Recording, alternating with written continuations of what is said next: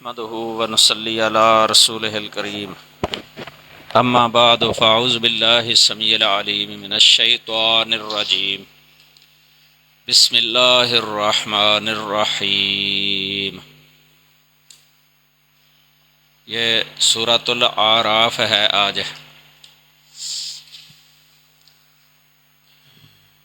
اس کی 206 آیات ہیں، 206 آیات، اور یہ مدنی ہے۔ پہلے جو پڑھی تھی نا سورۃ الانعام وہ مکی صورت ہے۔ اس سے پہلے سورۃ البقرہ، سورۃ النساء، آل عمران، نساء اور مائدہ، یہ سب مدنی ہیں۔ انعام مکی تھی، اور یہ سورۃ الاعراف یہ مدنی ہے۔ 24 رکوع ہیں اس کے اندر۔ اعراف اس کو اس لیے کہتے ہیں چونکہ اس میں لفظ اعراف ہے، یہ آیت نمبر 46 میں، وَعَلَى الْأَعْرَافِ رِجَالٌ يَعْرِفُونَ كُلًّا بِسِيمَاهُمْ وَنَادَوْا أَصْحَابَ الْجَنَّةِ أَنْ سَلَامٌ عَلَيْكُمْ لَمْ يَدْخُلُوهَا وَهُمْ يَطْمَعُونَ۔ اس آیت کریمہ کے اندر اعراف کا ذکر ہے، اس لیے اس کو سورۃ الاعراف کہا جاتا ہے۔ اعراف جو ہے نا یہ عرفن کی جمع ہے، عرفن کی جمع ہے یہ اعراف۔ عرف لغت کے اندر عرفہ یعرف معرفتاً، اس کا معنی ہوتا ہے پہچاننا، پہچاننا۔ تو عرف جو ہے نا یہ بلند جگہ کو بھی کہہ دیتے ہیں، بلند جگہ، بلندی والی جگہ۔ تو یہاں یہی معنی مراد ہے، یہ بلندی والی جگہیں، کیونکہ یہ جمع ہے اس لیے جمع کا معنی بلندی یا بلندی والی جگہ۔ جو بلند جگہ ہوتی ہے نا وہ عموماً دور سے پہچان لی جاتی ہے، اس لیے بلند جگہ کو یہ عرف یا اعراف جمع یہ کہہ دیا جاتا ہے، چونکہ وہ دور سے پہچان لی جاتی ہے۔ اسی سے یہ جو مرغ کی کلگی ہوتی ہے نا، اس پر بھی یہ لفظ بول دیا جاتا ہے، مرغ کی کلگی۔ اور گھوڑے کی گردن کے بلند حصے کے جو بال ہوتے ہیں نا ان کو بھی یہ عرف کہتے ہیں، یہ لفظ بول دیتے ہیں، چونکہ وہ اوپر کو ہوتا ہے نا، نظر آ جاتی ہے تو پہچان لی جاتی ہے۔ تو یہ اعراف جو ہے نا اس سے مراد جنتیوں اور جہنمیوں کے درمیان ایک دیوار ہے، اس دیوار کی جو بلندیاں ہیں ان پر یہ لفظ بولا گیا ہے۔ جنتیوں اور جہنمیوں کے درمیان ایک دیوار ہے، اس دیوار کی بلندیوں کے لیے یہ لفظ استعمال ہوا ہے۔ وَعَلَى الْأَعْرَافِ رِجَالٌ يَعْرِفُونَ كُلًّا بِسِيمَاهُمْ۔ تو یہ 3 گروہ ہیں قیامت کے دن، ایک جنتی اور ایک جہنمی۔ یہ پہلے جو داخل ہوں گے نا، پہلے یہ ان کے اعتبار سے ہے، جنت میں جو پہلے داخل ہو گئے اور جہنم کے اندر جو داخل ہو گئے، یہ اصل میں وہ لوگ ہیں اصحاب الجنہ جن کی نیکیاں ان کی بدیوں سے زیادہ ہو گئی تھیں۔ وزن جب ہوا ہے نا، وزن الاعمال، حسنات اور سیئات کا وزن کیا گیا تو ان کی حسنات وہ زیادہ ہو گئیں اور سیئات کم۔ چاہے ایک نیکی بھی زیادہ ہو گئی نا، کسی کی ایک نیکی، تو وہ جنت میں چلا جائے گا۔ اسی طرح سیئات جس کی زیادہ ہو گئیں، راجع ہو گئیں وزن اعمال میں، تو وہ جہنم میں۔ جب نبی صلی اللہ علیہ وسلم نے یہ بیان فرمایا تھا نا، اس وقت صحابہ نے یہ سوال کیا تھا کہ جس کی حسنات اور سیئات برابر برابر ہو گئیں وہ تو آپ نے اس وقت فرمایا تھا اولئک اصحاب الاعراف، یہ ہیں آراف والے، یعنی ان کو جنت اور دوزخ کے درمیان ایک دیوار ہے، بلند دیوار، اس دیوار پر وہ کھڑے ہوں گے، یعنی جنت اور جہنم کے درمیان، اور پہلے ان کے چہرے جہنمیوں کی طرف ہوں گے، پھر اللہ تعالیٰ سے دعا کریں گے، اللہ تعالیٰ ان کے چہرے جنت والوں کی طرف کر دے گا، اور ان کو طمع ہوگی کہ ہمیں بھی اللہ تعالیٰ جنت میں داخل کر دے۔ اور یہ قرآن سے بھی معلوم ہوتا ہے، لم يدخلوها وهم يطمعون، یہ 46 نمبر آیت کریمہ کے اندر ہے یہ لفظ، یہ وَنَادَوْا أَصْحَابَ الْجَنَّةِ أَنْ سَلَامٌ عَلَيْكُمْ، جنتیوں کو وہ سلام کہیں گے، آراف پر جو لوگ ہیں نا جنتیوں کو سلام کہیں گے، لم يدخلوها، وہ داخل نہیں ہوئے ہوں گے جنت کے اندر، وَهُمْ يَطْمَعُونَ، حالانکہ وہ طمع رکھ رہے ہوں گے، امید ہوگی ان کو کہ اللہ تعالیٰ ہمیں بھی جنت کے اندر داخل کر دے۔ تو ان کے چہرے جہنمیوں کی طرف پھیرے جائیں گے، تو پھر جو ہے نا وہ دعا کریں گے اللہ تعالیٰ سے، یا اللہ ہمیں جو ہے نا ان ظالم لوگوں کے ساتھ نہ کر۔ یہ بعد میں آئے گا، یہ 45، 46، 47 نمبر آیت میں بیان ہے۔ یہ فتح الباری کے اندر نا جو آخری باب ہے وزن الاعمال کے بارے میں، وہاں عموماً شارحین یہ حدیث ذکر کر دیتے ہیں، یہ جو میں نے آپ کو سنائی ہے، فتح الباری کے اندر بھی ہے یہ، اور دیگر شروحات میں بھی محدث ابن ابی خیثمہ کے حوالے سے یہ حدیث ذکر کرتے ہیں، یعنی 3 طرح کے لوگ، ایک ہے کہ جن کی نیکیاں زیادہ ہو گئیں اور بدیاں کم ہو گئیں وزن اعمال میں، اور ایک وہ ہیں ان کے برعکس کہ جن کی بدیاں زیادہ ہو گئیں اور نیکیاں کم، چاہے ایک نیکی یا ایک بدی کا بھی فرق ہو گیا نا تو یہ، تو باقی جن کی برابر ہو گئی نا نیکیاں اور بدیاں برابر، وہ ہیں اصحاب الاعراف۔ یہ سورۃ الاعراف اس لیے جو ہے نا کہلاتی ہے۔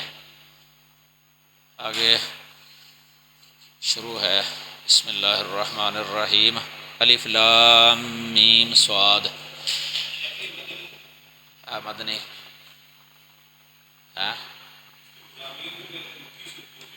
نہیں، مدنی اوپر لکھا ہوا ہے واضح قرآن کے شروع میں، ایتھے مدنی لکھیا ایس نسخے ہے، ایک ہی گل ایتھے، اچھا یہ سارے نسخوں میں ایسے ہی ہے، وقی ہے، ادھر یہ آپ صاحب کی تفسیر ہے، اس میں مدنی لکھا ہوا ہے، مدنیہ، اس میں موسیٰ علیہ السلام کا واقعہ ہے اور آل فرعون کا، 100 آیتیں تقریباً یہ پہلے ہیں، بعض انبیاء کے واقعات ہیں، چلو اس کی تحقیق تفسیروں سے ویسے ہو سکتی ہے، تفسیر بسا اوقات اختلاف بھی ہوتا ہے مفسرین کا مدنی یا مکی ہونے میں، ادھر ویسے مدنی لکھا ہوا ہے اس تفسیر کے اندر نا، مدنی، پھر بھی میں دیکھ لوں گا انشاءاللہ تفسیر میں، دوسری تفسیروں سے عربی اوپر پڑھی ہوئی ہیں نا، پتہ چل جائے گا انشاءاللہ۔ چلو یہ الف لام میم صاد جو ہے نا ان کو حروف مقطعات کہا جاتا ہے، مقطعات ان کو اس لیے کہا جاتا ہے کہ یہ ایک دوسرے سے جو ہے نا یہ قطع جو ہوتا ہے نا یعنی علیحدہ پڑھے جاتے ہیں، تو جس طرح وصل نہیں ہے جیسے وقف ہے نا ایک پڑھ کے دوسرا، تو اعراب بھی نہیں ہے ان کے آخر میں، اعراب پڑھ کے تو وصل کر کے اس طرح نہیں پڑھے جاتے، علیحدہ پڑھے جاتے ہیں، اس لیے ان کو مقطعات کہا جاتا ہے، اور اس کا عموماً مفسرین نے یہ معنی لکھا ہوتا ہے، اللہ عالم بمرادہ بذالک، تفسیر جلالین کے شروع میں بھی اسی طرح لکھا ہوا ہے، اللہ عالم بمرادہ بذالک، تفسیر بیضاوی کے اندر اس کی تفصیل ویسے لکھی ہوئی ہے، کیونکہ ان میں مفسرین کا اختلاف ہے کہ یہ اسماء ہیں یا حروف ہیں، یہ اسماء ہیں یا حروف ہیں۔ انہوں نے اس کو ترجیح دی ہے کہ یہ اسماء ہیں۔ اسماء اسم ہیں، کلمے کی 3 قسمیں ہیں نا، اسم، فعل، حرف۔ تو حرف کی 2 قسمیں ہیں یا حروف کی 2 قسمیں ہیں، ایک حروف مبانی ہوتے ہیں اور ایک حروف معانی ہوتے ہیں۔ یہ کلمے کی قسم جو ہے نا 3 قسمیں، ان میں جو حرف کا لفظ بولا جاتا ہے نا، کلمے کی قسم میں جو حرف کا لفظ بولا جاتا ہے فعل اور اسم کے مقابلے میں، اس اسم سے مراد یہ اس حرف سے مراد جو ہے نا، یعنی وہ حروف ہیں جو حروف معانی ہیں، حروف معانی یہ مراد ہوتا ہے۔ مثلاً فی ہے یا قد ہے یا ان شرطیہ، مثلاً ان جو تاکید کے لیے ہوتا ہے، اس طرح کے جو حروف ہیں جیسے الہ ہے، جتنے بھی یہ آپ نے پڑھے نا شرح میں تعامل کے اندر، یہ حروف معانی ہیں کیونکہ ان کے معنی جو ہے نا وہ ذکر کیے گئے ہیں۔ جس طرح فی ظرفیت کے لیے ہوتا ہے، یا الہ لانتہاء الغایہ، اور من ابتدا کے لیے، تو علی استعلاء کے لیے جس طرح جو یہ معنی دیتے ہیں، یا قد تحقیق کا معنی دیتا ہے، یا ان تاکید کا معنی دیتا ہے، ان شرطیہ جس طرح یہ چونکہ ان کے اپنے معانی کے لیے آتے ہیں نا، تو اس لیے ان کو حروف معانی کہا جاتا ہے، حروف معانی۔ اور دوسری قسم جو ہے نا حروف مبانی، وہ حروف ہوتے ہیں جن حروف سے کلمہ جو ہے نا مرکب ہوتا ہے۔ کلمہ آپ یاد رکھیں، کلام کلمے سے مرکب ہوتی ہے، کلام کلمے سے، اور کلمہ جو ہے نا یہ حروف سے مرکب ہوتا ہے۔ تو یہ حروف جو ہے نا جن سے کلمات مرکب ہوتے ہیں، ان حروف کو حروف مبانی کہتے ہیں۔ مبانی مبنا کی جمع ہے، مبنا کا معنی تھا بنیاد، یعنی کلمے کی بنیاد حروف پر ہوتی ہے، اور کلام کی بنیاد یا جملے کی بنیاد وہ کلمات پر ہوتی ہے۔ تو یہ اصل مبانی ہیں، یہ ان سے کلمہ مرکب ہوتا ہے۔ مثلاً کوئی بھی آپ لے لیں کلمہ، چاہے وہ اسم ہو، چاہے فعل ہو، چاہے حرف ہو، تو اس کے اندر جتنے یہ حروف ہوتے ہیں نا جن سے وہ کلمہ مرکب ہوتا ہے، وہ حروف مبانی ہیں۔ مثلاً یہ احمد لفظ جو ہے نا یہ 4 حروف ہیں اس کے اندر، جعفر کے اندر 4 حروف ہیں، جعفر کے اندر، عمر کے اندر 3 حروف ہیں، یا ضربہ فعل ہے مثلاً اس میں 3 حروف ہیں، یا اکرمہ ہے 4، استخرجہ 6 حروف ہیں۔ تو یہ حروف جن سے کلمہ مرکب ہوتا ہے نا ان کو حروف مبانی کہتے ہیں۔ تو اب یہ جو ہے نا الف لام میم، اس طرح کے جو حروف مقطعات ہیں نا یہ حروف مبانی نہیں ہیں، یہ حروف مبانی ہیں۔ اس لیے یہ حروف جو لفظ ہم بولتے ہیں نا یہ اصطلاحی نہیں ہے، یعنی یہ اصطلاحی حرف نہیں ہے، چونکہ یہ اسم ہے، یہ اسماء ہے، اسماء۔ اور اسماء ہونے کی دلیل یہ ہے کہ ان کے اندر علامات اسم پائی جاتی ہیں۔ الف ہے نا، مثلاً الف، اس کے آخر میں تنوین پڑھی جا سکتی ہے، الفن، باء، تاء، ثاء، اس طرح اگر وصل کے ساتھ پڑھنا ہونا تو تنوین آ جائے گی ان پر، یہ علامات اسم میں سے ہے تنوین کا آنا۔ اسی طرح مثلاً ان کے شروع میں ال بھی آ جاتا ہے، الالف، الباء، التاء، الثاء، مثلاً یہ ال بھی علامات اسم میں سے ہے، اور ان کی جمع بھی آ جاتی ہے، الفات، باءات، یا میمات، مثلاً لامات، یہ جمع بھی آ جاتی ہے، یہ بھی اسماء کی علامت میں سے ہے، اسم کی علامات میں سے ہے۔ تو اور بھی علامتیں پائی جاتی ہیں ان کے اندر، یہ دلیل ہے اس بات کی کہ یہ اسماء ہیں۔ اور اگر یہ اسماء ہے نا تو پھر ہر اسم کا کوئی مسمہ بھی ہوتا ہے نا، پھر یہاں سوال پیدا ہوتا ہے کہ ان کا مسمہ کیا ہے۔ اس کا جواب دیتے ہیں مفسرین، بیضاوی کے اندر بھی لکھا ہوا ہے کہ یہ اسماء ہے اور ان کے مسمیات جو ہے نا وہ حروف ہیں جن حروف سے یہ مرکب ہوتے ہیں، حروف مبانی، یعنی وہ پہلے جو میں نے بتایا تھا نا، مثلا الف جو ہے نا اس کے اندر 3 حروف ہیں، لام کے اندر 3 حروف ہیں، میم کے اندر 3 حروف ہیں، صاد کے اندر بھی 3 حروف ہیں۔ یہ جو حروف ہیں نا ان کے اندر، یہ جن سے یہ مرکب ہوئے ہیں وہ ان کے مسمیات ہیں۔ مسمیات یعنی الف کا مسمہ جو ہے نا، یہ الف تو 3 حروف ہے، یہ تو اسم ہو گیا نا الف، اس کا مسمہ ہے ا، اور لام کا مسمہ ہے لا، اور میم کا مسمہ ہے ما۔ یہ ہیں یعنی حروف، یہ لا جو ہے نا، لا ما، یہ حروف مبانی میں سے ہے۔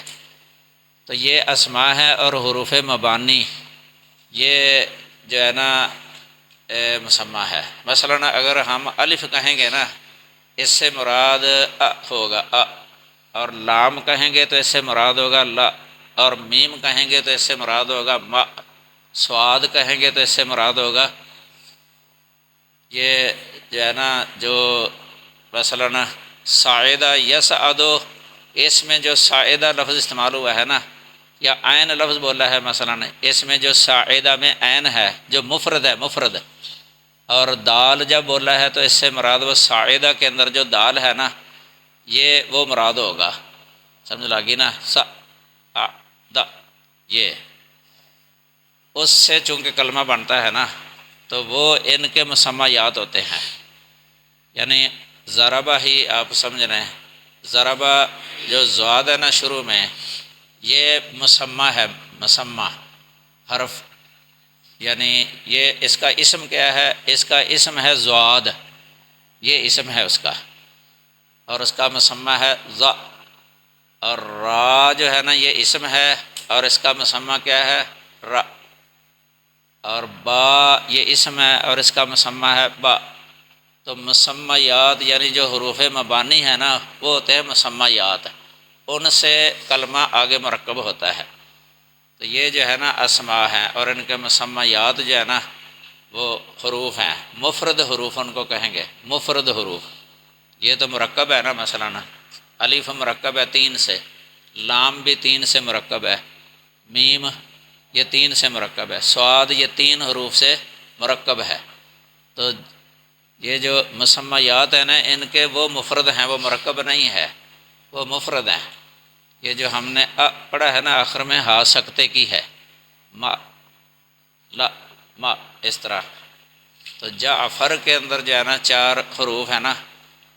تو ایک دفعہ خلیل نے اپنے شاگردوں سے کہا تھا، خلیل نحوی نے، کہ جعفر لفظ جو ہے نا آپ کس طرح نطق کریں گے ان کے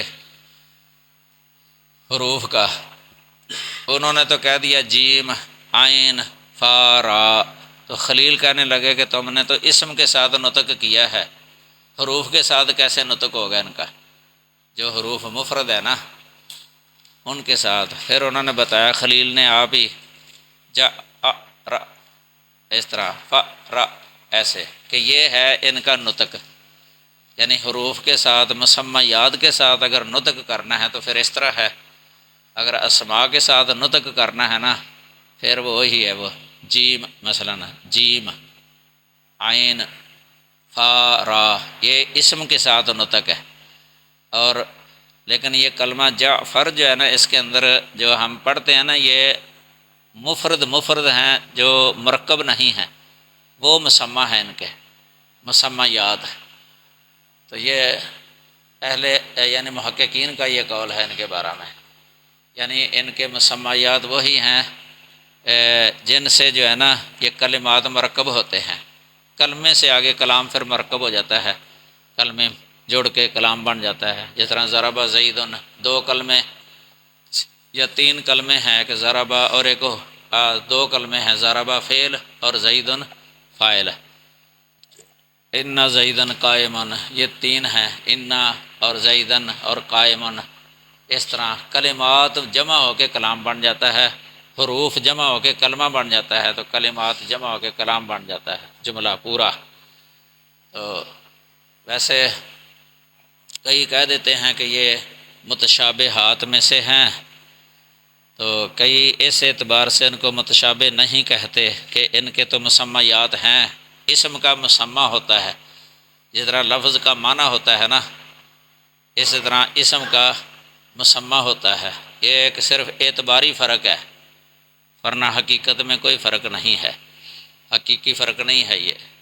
یہ اسم لفظ بولیں تو اس کا مسمہ ہوتا ہے، اسم مسمہ پر دال ہوتا ہے، لفظ معنی پر دال ہوتا ہے۔ ارادہ اگر ہو تو مراد ہوتی ہے، قصد اگر ہو تو مقصود ہوتا ہے، طلب اگر ہو تو مطلوب ہوتا ہے۔ سمجھ لگی نا؟ یہ سارا اعتباری فرق ہے، اعتباری، حقیقی فرق نہیں ہے۔ تو وجیز کے اندر ویسے لکھا ہوا ہے کہ یہ متشابہ نہیں ہے، وہ اسی اعتبار سے انہوں نے کہا ہے متشابہ نہیں ہے، جو میں نے ابھی بتایا ہے آپ کو۔ الوجیز ہے نا فی اصول الفقہ، اس میں بات لکھی ہوئی ہے اس کے بارے میں۔ اور دوسرا یہ بھی ہے کہ ان کے شروع میں ذکر کرنے کی حکمت جو ہے نا، یہ ذکر کرتے ہیں اہل علم۔ تفسیر بیضاوی میں بھی لکھی ہوئی ہے، کشاف کے اندر بھی لکھی ہوئی ہے، اور دوسرے مفسرین بھی ذکر کرتے ہیں کہ ان کو شروع میں لانے میں حکمت ہے تحدی، چیلنج، کافروں کو چیلنج کیا گیا ہے، یعنی کافروں سے کہا گیا ہے جو کلام باری تعالیٰ قرآن کو اللہ کا کلام نہیں مانتے تھے، وہ کہتے تھے کہ یہ خود ساختہ ہے، بشر کا بنایا ہوا ہے، تو انہیں یہ تحدی ہے کہ اگر تم اس میں شک کرتے ہو نا، تو یہ کلام انہی حروف سے مرکب ہے جن حروف سے تم آپس میں ایک دوسرے کے ساتھ بات چیت کرتے ہو، روزمرہ گفتگو کرتے ہو، ان میں کوئی اور حروف استعمال نہیں کیے گئے، وہی حروف ہے جن کے ساتھ تم بھی باتیں کرتے ہو۔ اگر تم یہ سمجھتے ہو کہ اللہ تعالیٰ کی طرف سے نہیں ہے، یہ کسی بشر نے بنایا ہے، تو اس سے تو پھر لازم ہے کہ بشر اس طرح کا کلام بنا سکتا ہے۔ اگر یہ کسی بشر نے بنایا ہے نا، تو تم بھی پھر بشر ہو، چلو تم پھر اس طرح کا کلام بنا کے دکھاؤ ہمیں۔ فَأْتُوا بِسُورَةٍ مِّن مِّثْلِهِ، پہلے اللہ تعالیٰ نے اس قرآن جیسا، یعنی قرآن کا مطالبہ کیا تھا، لیکن وہ خاموش، کوئی جواب نہیں دے سکے تھے، چپ۔ پھر 10 صورتوں کا مطالبہ ہو گیا، سورہ ہود کے اندر ہے فَأْتُوا بِعَشْرِ سُوَرٍ مُفْتَرَیَّاتٍ، پھر انہوں نے وہ بھی چیلنج قبول نہیں کیا، خاموش، جواب نہیں آ رہا تھا انہیں کوئی۔ پھر اللہ تعالیٰ نے اور ترمیم کر کے نا ایک صورت کا مطالبہ کر دیا، فَأْتُوا بِسُورَةٍ مِّن مِّثْلِهِ۔ یہ صورت نکرہ ہے، نکرہ یعنی کوئی صورت، چاہے چھوٹی سے چھوٹی صورت ہے نا، اس کی صورت کوثر ہے جیسے، اس طرح کی کوئی صورت جو ہے نا، یہ بنا کے پھر پیش کرو۔ پھر بھی خاموشی تھے، وہ کوئی جواب نہیں آ رہا تھا۔ تو حالانکہ بڑے فصیح بلیغ تھے، شعراء بھی تھے ان کے اندر، قادر الکلام بھی تھے وہ، تو لیکن قرآن جب نازل ہوا ہے نا، تو اس وقت وہ سارے خاموش ہی ہو گئے۔ حالانکہ وہ کوشش بھی کرتے تھے اس کا معارضہ کرنے کی، ان کی طرف سے بڑی کوشش تھی کہ اس کا ہم معارضہ کریں، لیکن پھر بھی نہیں کر سکے۔ تو اللہ تعالیٰ نے اس لیے فرمایا فَإِن لَّمْ تَفْعَلُوا وَلَن تَفْعَلُوا فَاتَّقُوا النَّارَ الَّتِي وَقُودُهَا النَّاسُ وَالْحِجَارَةُ أُعِدَّتْ لِلْكَافِرِينَ۔ تو یہ حکمت ہے اس کے شروع میں ذکر کرنے کی، تحدی یعنی۔ تو یہ قسم کا اعجاز ہے قرآن مجید کا، اعجاز، کہ ایسا کلام ہے یہ کہ بشر کی طاقت سے باہر ہے کہ اس طرح کا کلام کوئی بنا سکے، کسی بشر کی طاقت میں نہیں ہے کہ اس طرح کا کلام پیش کر سکے۔ قرآن پاک کا جو اسرار و رموز اور حکمتوں سے بھرا ہے، یعنی اس کے احکام بھی حکمت سے پر ہیں، اور یہ جو اس کی ترکیب ہے، معانی، جن معانی پر اور حقائق پر مشتمل ہے نا، وہ حکمتیں ہی حکمتیں ہیں اس کلام کے اندر۔ سمجھ لگی نا؟ یہ وجوہ الاعجاز لکھی ہے وجیز کے اندر، جہاں کتاب اللہ کی بحث ہے نا، وہاں وجوہ الاعجاز، اس کی خبریں جو ہے نا وہ بھی اسی طرح وہ برحق ہیں، واقع اور حقیقت کے عین مطابق ہیں۔ خبریں چاہے ماضی کی ہوں چاہے مستقبل کے بارے میں ہوں وہ حق ہے، سمجھ لگی نا۔ یہ اس اعتبار سے یہ کلام جو ہے نا یہ فصیح بلیغ ہے، اور بلاغت کے جو اعلیٰ درجہ ہوتا ہے نا، بلاغت کا اعلیٰ درجہ، اس پر یہ مشتمل ہے کلام باری تعالیٰ۔ یہ مختصر المعانی کے اندر بھی لکھا ہوا ہے، یہ فن بلاغت کی اہمیت پر کہ اس سے جو ہے نا عربی زبان کے اسرار و رموز جو ہے نا پہچانے جاتے ہیں بلاغت، فن بلاغت سے۔ تو قرآن پاک جو ہے نا یہ بلاغت کا اعلیٰ درجے پر مشتمل ہے، اسی بلاغت سے پتہ چلتا ہے، علم معانی سے خاص طور پہ، سمجھ لگی نا۔ تو آگے جو ہے نا فرمایا کتاب انزل الیک فلا یکن فی صدرک حرج منہ، کہ ایک عظیم کتاب ہے، عظیم کتاب ہے۔ انزل الیک جو آپ کی طرف نازل کی گئی ہے، فلا یکن فی صدرک حرج، تو آپ کے سینے میں من ہو اس سے کوئی تنگی نہ ہو، آپ کے سینے میں اس سے کوئی تنگی نہ ہو۔ آگے سمجھے، ادھر اس کی تشریح یہ لکھی ہوئی ہے کہ یہ کتاب انزلہ تو ویسے مجہول ہے نا، نازل کی گئی ہے، یہ نہیں بتایا کہ کس نے نازل کی ہے، کیونکہ یہ تو سورج سے بھی زیادہ اظہر ہے، زیادہ ظاہر ہے، اس کے نازل کرنے والا اللہ تعالیٰ ہے، اور یہ بات معروف ہے، عوام اور خواص بھی اس کو جانتے ہیں، اور دوسری آیات کے اندر واضح ہے، کافی آیتیں ہیں، انا انزلناہ فی لیلۃ القدر، اس طرح کی انزلہ بعلم ہی، کئی معروف صیغوں کے ساتھ جو ہے نا قرآن پاک کے اندر بہت سارے مقامات میں بیان کر دیا گیا ہے۔ تو یہاں انزلہ لفظ ایک معروف شے تھی، اس لیے انزلہ ذکر کر دیا گیا ہے۔ تو مقصود اس سے یہ ہے کہ آپ جھٹلانے والوں کو ڈرائیں اور خبردار کریں تاکہ وہ ایمان لے آئیں، اور ایمان والوں کو نصیحت کریں تاکہ ان کے ایمان اور ہدایت میں اضافہ ہو۔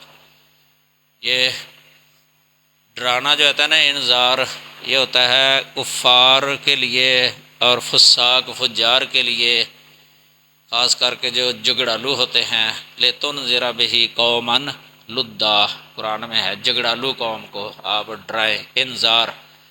عموماً جو تبشیر ہوتی ہے نا، تبشیر وہ اہل ایمان کے لیے ہوتی ہے، صالحین متقین ہوتے ہیں نا، جو اللہ تعالیٰ سے ویسے ہی ڈرنے والے ہوتے ہیں اور نیک عمل کرنے والے، ان کے لیے تبشیر ہے، بشارات، اور جو دوسرے ہیں منکرین ان کے لیے انذار ہی انذار ہے۔ تو یہ جو نصیحت اہل ایمان کے لیے، ان کے ایمان کے اندر اضافہ ہو جاتا ہے، سن کے ان کا ایمان بڑھتا ہے، جو ہے نا فزادتہم ایمانا، ایمان میں اضافہ ہو جاتا ہے آیات سن کے، آگے سمجھے۔ تو اس لیے اسے پہنچانے میں دل میں کوئی تنگی یا خوف نہ آنے دیں، یعنی آپ کے دل کے اندر کوئی تنگی نہ ہو اس کے اندر، بلکہ آپ شرح صدر کے ساتھ جو ہے نا اس کو پہنچائیں، اور ان کا کوئی جو ہے نا یہ دل پہ نہ لائیں جو آپ کو جھٹلاتے ہیں، ان کے جھٹلانے کی وجہ سے یعنی آپ کے دل کے اندر جو ہے نا کوئی تنگی نہ ہو، لِتُنذِرَ بِهِ، تاکہ آپ اس کے ساتھ ڈرائیں، وَذِكْرَى لِلْمُؤْمِنِينَ، اور ایمان والوں کے لیے سراسر نصیحت ہے۔ ذکرہ ویسے مصدر ہے، یہ فعلا کے وزن پر، فالا فعلا فولا تینوں طرح مصدر آ جاتا ہے، یہ ثلاثی مجرد کا۔ ذکرہ فعلا کے وزن پر ہے، دعویٰ فعلا کے وزن پر ہے، بشرا فولا کے وزن پر ہے۔ یہ صرف کی کتابوں میں تینوں کی مثال دی ہوتی ہے، یہ فعلا فعلا فولا یہ مصدر ہے۔ ذکر سے جو ہے نا حروف زیادہ ہو گئے ہیں نا، اس لیے یہ ترجمے کے اندر سراسر نصیحت ترجمہ ہو گیا ہے، سراسر نصیحت۔ اتبعوا ما انزل الیکم من ربکم، اس کے پیچھے چلو، ما اس کے پیچھے، اتبعوا چلو، انزل الیکم جو تمہاری طرف تمہارے رب کی جانب سے نازل کیا گیا ہے۔ یہ قرآن پاک یہ بھی اللہ کی طرف سے نازل کیا گیا ہے، اور جو سنت ہے، سنت رسول، جو قرآن کا بیان ہے، قرآن کی تفسیر ہے، آپ کی عملی زندگی اور آپ کے فرامین، یہ بھی منزل من اللہ ہیں۔ پہلے کئی دفعہ یہ بیان ہو چکا ہے۔ تو یہ اللہ تعالیٰ وہ ہے مرسل، یعنی بھیجنے والا۔ اللہ نے نبی صلی اللہ علیہ وسلم کو بھیجا، مبعوث کیا اور کتاب نازل کی۔ تو رسول اللہ صلی اللہ علیہ وسلم جو ہے نا وہ ہیں مرسل، بھیجے گئے، اور آپ پر جو وحی ہے یہ ہے منزل من اللہ یا منزل من اللہ۔ اور ایک ہوتا ہے مرسل الیہ، یہ ہیں لوگ، امت، سارے لوگ۔ آپ صلی اللہ علیہ وسلم تو پوری دنیا کی طرف مبعوث ہوئے ہیں نا، پورے لوگوں کے لیے، یہ پوری بنی نوع انسانیت، یہ سب مرسل ہیں، مرسل الیہ، سچ مرسل الیہ۔ تو نبی صلی اللہ علیہ وسلم نے جو ہے نا انذار بھی آپ کی صفت تھی، انذار۔ اور قرآن میں آتا ہے تبارک الذی نزل الفرقان علی عبدہ لیکون للعالمین نذیرا، عالمین کے لیے آپ نذیر ہیں۔ نذیر بمعنی منذر ہے، فعیل بمعنی مفعل، کیونکہ آپ عالمی رسول ہیں، عالمی۔ آپ سے پہلے کوئی بھی ایسا رسول نہیں ہے جو عالمی ہو۔ تو نبی صلی اللہ علیہ وسلم کی یہ خصوصیات میں سے ہے، یہ آپ کی خصائل میں سے ہے، خصائص میں سے ہے عالمی رسول ہونا، یعنی پوری دنیا کی طرف۔ وما ارسلناک الا کافۃ للناس، اس طرح انی رسول اللہ الیکم جمیعا، یہ سب کی طرف رسول بن کے آئے ہیں۔ تو آپ کو جو یہ شریعت دی گئی ہے نا یہ بھی عالمی ہے۔ پہلے ایک دن میں نے بیان کیا تھا اس کے بارے میں۔ تو اسی کی پیروی کا اللہ تعالیٰ نے حکم دیا ہے، جو اللہ تعالیٰ نے نبی صلی اللہ علیہ وسلم پر جو شریعت نازل کی ہے، جو کتاب و سنت کے اندر محفوظ ہے، اس کی اتباع کا حکم دیا ہے۔ وَلَا تَتَّبِعُوا مِن دُونِهِ أَوْلِيَاءَ، اور اس کے سوا اور دوستوں کے پیچھے مت چلو، اور دوستوں کے پیچھے مت چلو۔ یہ کتاب و سنت کو چھوڑ کے پیچھے چلنا کسی کا یہ منع ہے۔ اگر وہ کتاب و سنت کی ہی تبلیغ کرتا ہے پھر تو اس کی بات ماننی ہے، سمجھ لگی نا، کیونکہ وہ اس کی اپنی بات نہیں ہے۔ یہ فرق ہو گیا نا، ایک ہے کسی کی اپنی بات، ایک ہے کہ اس کی اپنی بات نہیں ہے، وہ کتاب و سنت کی ہی بتاتا ہے، وہ اس کی اپنی نہیں ہے۔ اس لیے وہ اللہ کی ہی بات ہی ہوگی، اللہ کی بات۔ یہ نبی صلی اللہ علیہ وسلم سے ڈائریکٹ کوئی سن کے اتباع کرے یا واسطے کے ساتھ سن کے، جس طرح صحابہ کرام نے آپ سے ڈائریکٹ سنا، پیروی کی آپ کی، تابعین نے صحابہ کے واسطے سے سنا، انہوں نے پیروی کی، تبع تابعین نے ان کے واسطے سے سنا، دو واسطے ہو گئے درمیان میں، پیروی کی۔ یہ ہے اتبعوا ما انزل الیکم من ربکم۔ یہ سب آج تک جو ہے نا اسی طرح ہی ہوگا۔ جو بھی کوئی بیان کرتا ہے نا کتاب و سنت تو دوسرا اس کی پیروی کر لیتا ہے، تو یہ وہ منزل من اللہ کی ہی پیروی ہے۔ لیکن اگر کوئی اپنی بات کرے جو منافی ہو، کتاب و سنت کے خلاف ہو، اس کی پیروی کرنے سے منع کر دیا ہے اللہ تعالیٰ نے۔ اگر کوئی اس طرح بنا لے، اپنا کسی کو دوست بنا لے، وہ یہ کہے کہ میں تو اس کی ہی بات مانوں گا، چاہے صحیح ہو چاہے غلط ہو، بس میں نے اسی کی ماننی ہے، چاہے صحیح ہو چاہے غلط ہو، یہ حرام ہے، اس سے منع کیا ہے۔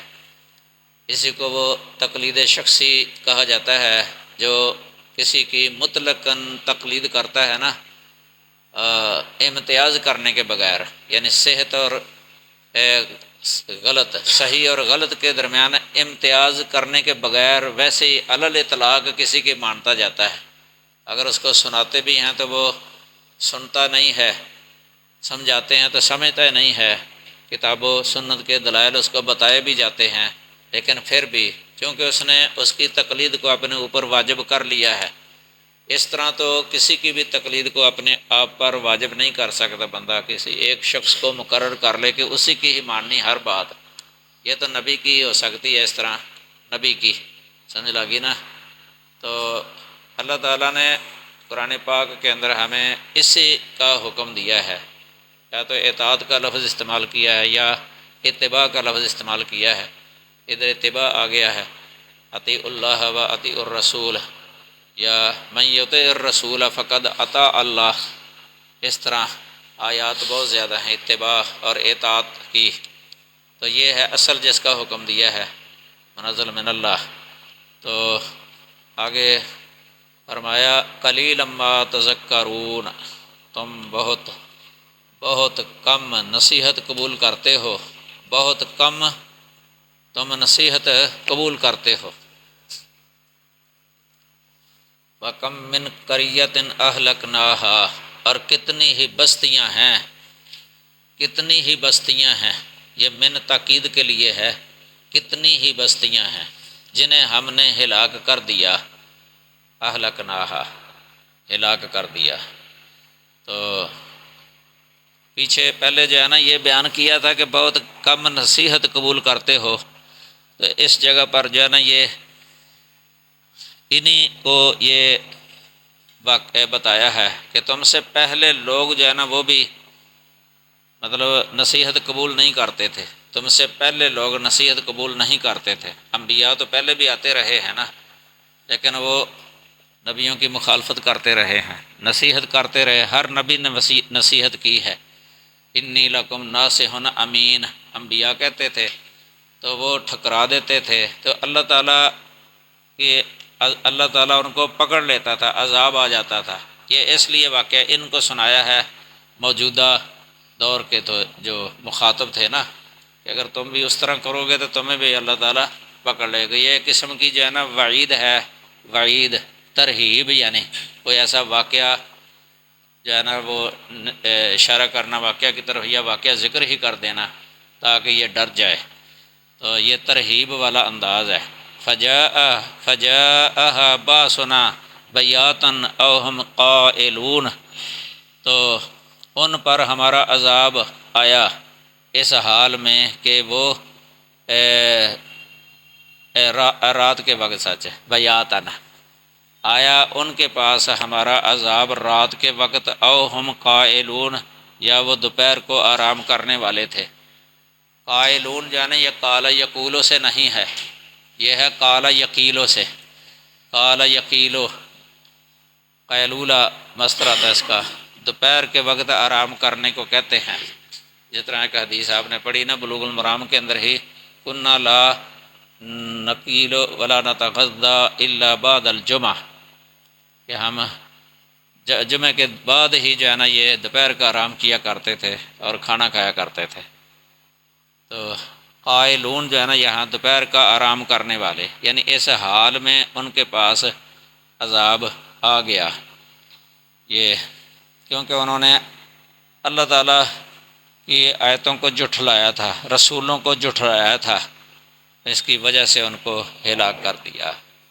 عام جو ہے نا وہ شرک کیا کرتے تھے، نبیوں نے شرک سے ان کو منع کیا تھا، وہ رکے نہیں تھے، آگے سے مقابلہ بازی ہو گئی، جھگڑا کرنے لگ گئے، نصیحتیں قبول نہیں کی انہوں نے، پھر اللہ تعالیٰ کا جو ہے نا یہ عبرتناک عذاب آ گیا۔ تو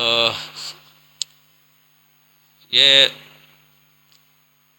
رات کے وقت جو ہے نا پرسکون بندہ سویا ہوتا ہے، بڑا امن کے ساتھ سویا ہوتا ہے رات کے وقت، تو ایسا حالت میں اگر اچانک عذاب آ جائے نا تو یہ بہت تکلیف دہ ہوتا ہے۔ اس وقت بندہ اپنا کوئی بندوبست نہیں کر سکتا، کوئی تدبیر بھی نہیں کر سکتا، سوئے پر عذاب آ جائے اگر اس طرح اگر دوپہر کا آرام کر رہا ہو اس وقت بھی۔ یہ شعیب علیہ السلام کی قوم، ان پر بھی اسی طرح ہی آیا تھا عذاب۔ تو یہ آگے جا کے پھر جو ہے نا یہ سورۃ الاعراف، یہی صورت 97 اور 98 نمبر اس میں بھی آ جائے گا یہ، اور سورۃ النحل 45 تا 47 نمبر آیت اس میں ذکر ہے اس کا۔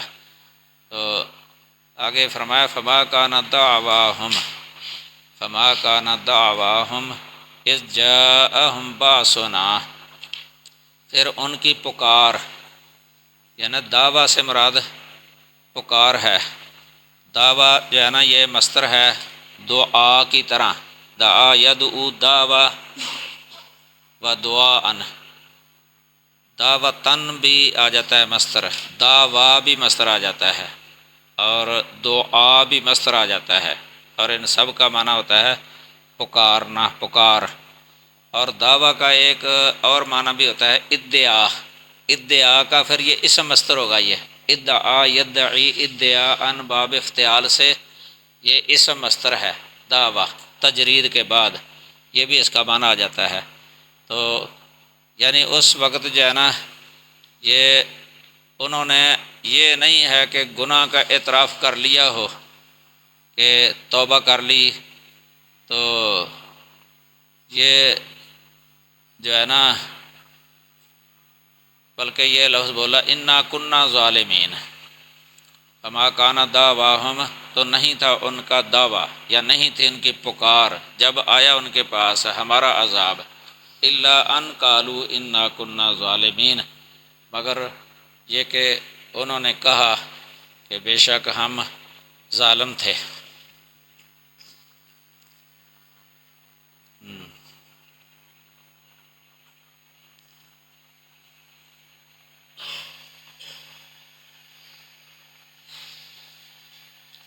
یہ اس وقت جو ہے نا فائدہ نہیں دیا ان کو اس بات کے کہنے نے، جب سر پر عذاب آ جائے نا، مبتلا ہو جائے عذاب کے اندر، تو اس وقت اس طرح کا لفظ بولنا پھر فائدہ مند نہیں ہوتا۔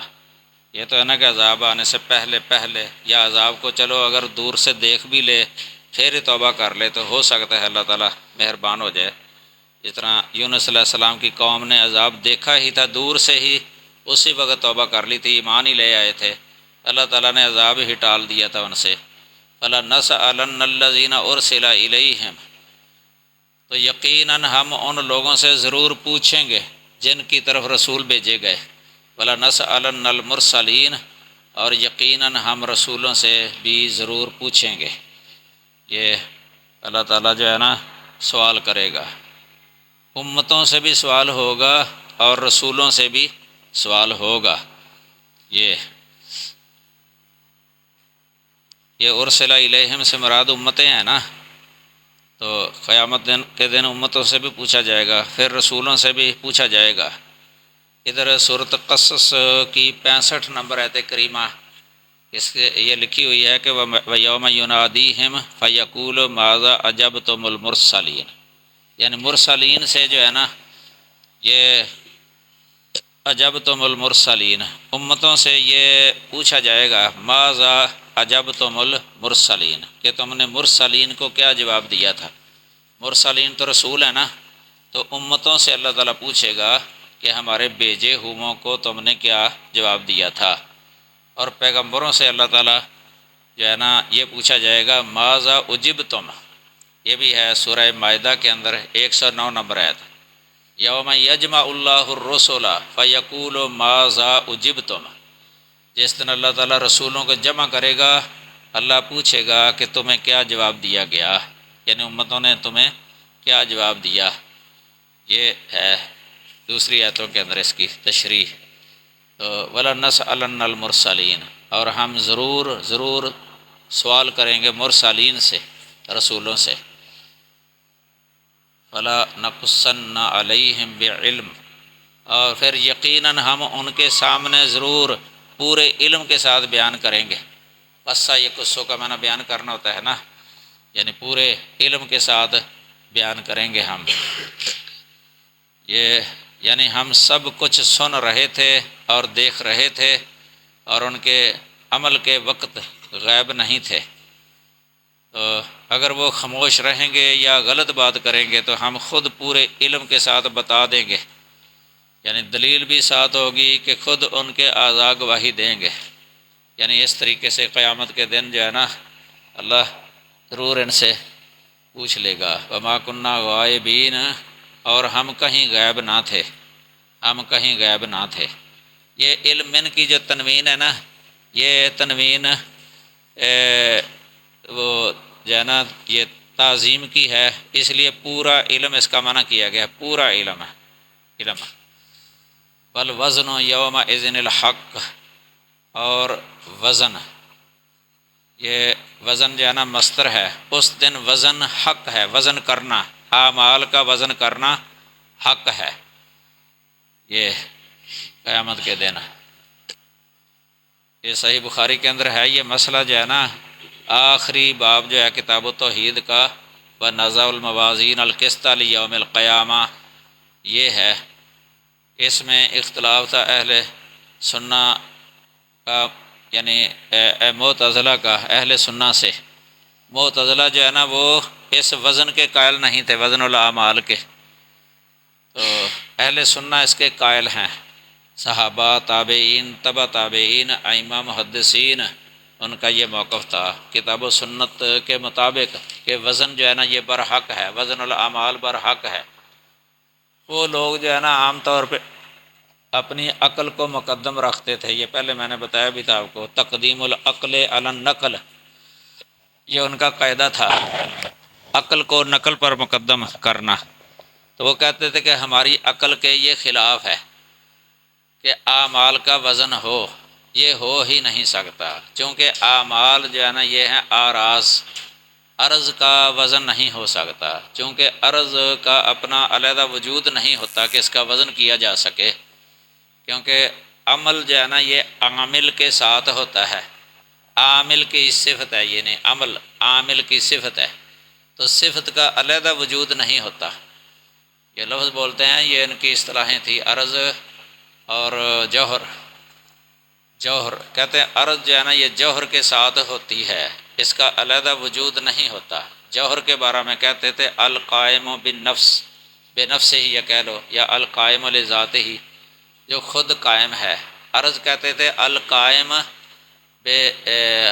القائم بغیر ہی، اپنے غیر کے ساتھ قائم، تو غیر سے مراد جوہر ہے، یعنی عرض جوہر کے ساتھ قائم ہوتی ہے، تو جوہر خود قائم ہوتا ہے۔ یہ انسان جوہر ہے تو اس کے اعمال جو ہے نا یہ اس کی اعراض ہیں، وہ خود قائم، علیحدہ ان کا وجود نہیں ہے، اعمال کا علیحدہ وجود نہیں، لہذا اس کا وزن ہو نہیں سکتا۔ یہ تھا ان کا موقف۔ تو کتاب و سنت کے اندر دلائل واضح ہیں۔ سب سے پہلے تو یہ ہے کہ اللہ جو ہے نا علی کل شیء قدیر ہے، اللہ ہر شے پر قادر ہے، کمال قدرت رکھنے والا۔ جس طرح وہ جوہر کا وزن کر سکتا ہے، تو وہ عرض کا وزن کرنے پر بھی قادر ہے اللہ تعالیٰ۔ دوسرا یہ ہے کہ یہ دوسرے اہل سنہ جو تھے، انہوں نے کئی طرح ان کو جواب دیا تھا۔ ایک یہ بھی جواب دیا تھا کہ عمل کو شکل دی جائے گی، صورت دی جائے گی، عمل کو شکل دی جائے گی، تو پھر اس کا وزن کر لیا جائے گا۔